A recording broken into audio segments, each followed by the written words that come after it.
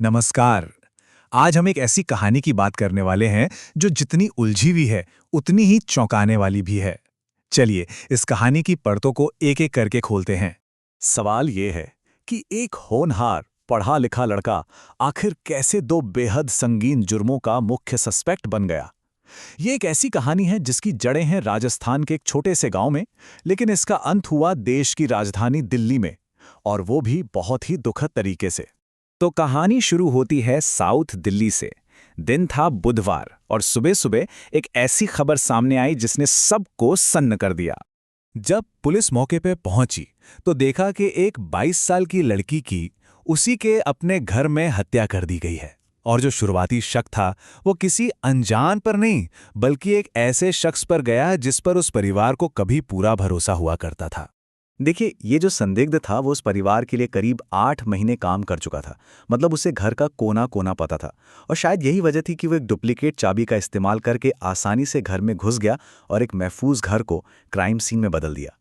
लेकिन कहानी में एक बड़ा मोड़ तब आया जब पुलिस की जांच आगे बढ़ी। उन्हें बहुत जल्द ये समझ आ गया कि इस केस के तार सिर्फ दिल्ली से नहीं बल्कि कहीं और से भी जुड़े हैं। और खुलासा ये हुआ कि दिल्ली में इस भयानक जुर्म को अंजाम देने से कुछ घंटे पहले ही आरोपी ने राजस्थान के अलवर में एक और हिंसक वारदात को अंजाम दिया था। मतलब ये पूरा मामला जितना दिख रहा था उससे कहीं ज्यादा गंभीर था। अलवर में असल में हुआ ये था कि आरोपी ने कथित तौर पर अपने ही एक दोस्त की पत्नी के साथ यौन उत्पीड़न किया। इस मामले में बाकायदा एफआईआर भी दर्ज हुई। शिकायत में बताया गया कि यह घटना मंगलवार देर रात की है और इसके फौरन बाद ही आरोपी वहां से फरार हो गया। तो अब जरा इन घटनाओं के क्रम को समझते हैं एक टाइमलाइन पर, क्योंकि जिस तेजी से ये सब हुआ वो वाकई में चौंकाने वाला है। अब जरा इस पर गौर कीजिए। मंगलवार रात 10:30 बजे अलवर में पहली वारदात होती है। इसके बाद आरोपी वहां से भागता है। रात भर में वो एक एम्बुलेंस में लिफ्ट लेकर किसी तरह दिल्ली पहुंचता है और अगली सुबह वो दिल्ली में एक और खौफनाक वारदात को अंजाम दे देता है। मतलब सिर्फ 12 घंटों के अंदर 2 बड़े अपराध। ये दिखाता है कि वो किस कदर हताश था। तो सवाल उठता है कि आखिर ये सब हुआ क्यों। इस क्यों का जवाब जानने के लिए पहले इस आरोपी राहुल को समझना जरूरी है, और उसकी कहानी विरोधाभासों से भरी हुई है।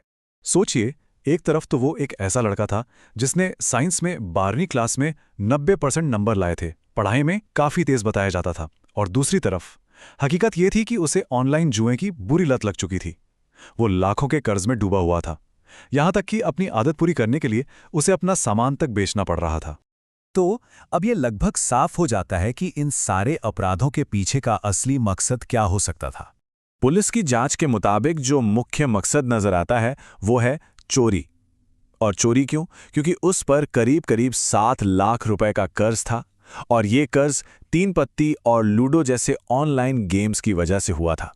तो ऐसा माना जा रहा है कि जब दोस्तों और पैसे देने वालों का दबाव बहुत ज्यादा बढ़ गया तो इसी हताशा में उसने दिल्ली आकर चोरी का ये प्लान बनाया, जो एक भयानक त्रासदी में बदल गया।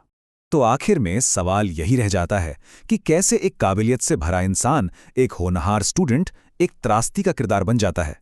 ये कहानी एक आईना है जो दिखाती है कि कैसे लत, कर्ज और हताशा का ये खतरनाक कॉकटेल किसी की भी जिंदगी को पटरी से उतार सकता है।